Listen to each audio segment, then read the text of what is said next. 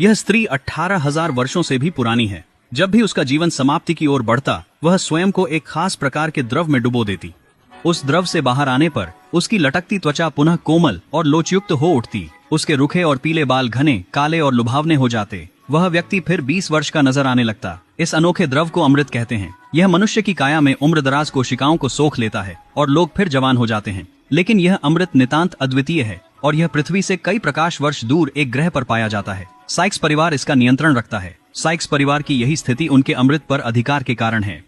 असंख्य ब्रह्मांडीय वर्षों से उनके परिवार का वृद्ध सदस्य कई ग्रहों के अस्तित्व से भी ज्यादा लंबे समय तक जीवित रहा। रानी साइक्स की थकान और देहांत के पश्चात उनके 3 बच्चों ने अधिकांश अंतरिक्ष संपदा प्राप्त की। तब भी वे संतुष्ट नहीं थे, क्योंकि वे उस विरासत को भी चाहते थे जो उनकी मां ने सबसे छोटी कन्या के लिए छोड़ी थी। सबसे छोटी कन्या की परवरिश पृथ्वी पर हुई थी और अन्ना को यह नहीं मालूम था कि उसकी वास्तविक मां रानी साइक्स थी। वह एक सामान्य परिवार में बड़ी हुई। स्नातक होने पर वह एक समृद्ध परिवार में कार्यरत हो गई। उसका रोजमर्रा का काम था और शौचालय की सफाई करना। परंतु एक स्वास्थ्य परीक्षण के दौरान एक डॉक्टर ने उसे मशीनों से जकड़ दिया। इसके कुछ ही क्षणों में उन्होंने उसकी शारीरिक जांच के लिए यंत्रों का प्रयोग किया और जब जांच चल रही थी, अन्ना जल में तैरने लगी। तभी उन्हें विश्वास हो गया कि अन्ना वही व्यक्ति है जिसे वे ढूंढ रहे थे। लेकिन अन्ना को पकड़ने की कोशिश में जैक अचानक प्रकट हो गया। जैक के हमले में डॉक्टर अपने मूल नकाब को छोड़ बदल गए। वे इनामी शिकारी थे, लेकिन जैक के लिए कोई चुनौती नहीं थी। जैक ने अन्ना को अस्पताल से बाहर निकाला। जब अन्ना ने आंखें खोली, जैक ने सब समझाया।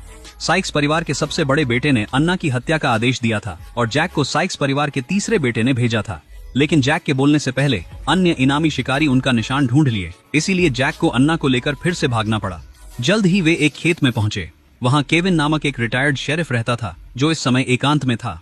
यहाँ जैक ने उम्मीद की कि केविन अन्ना की मदद कर सकता है, लेकिन केविन साइक्स परिवार के विवादों में शामिल नहीं होना चाहता था। और फिर जब केविन उन्हें बाहर निकालने वाला था, उसने देखा कि अन्ना मधुमक्खियों से घिरी हुई थी।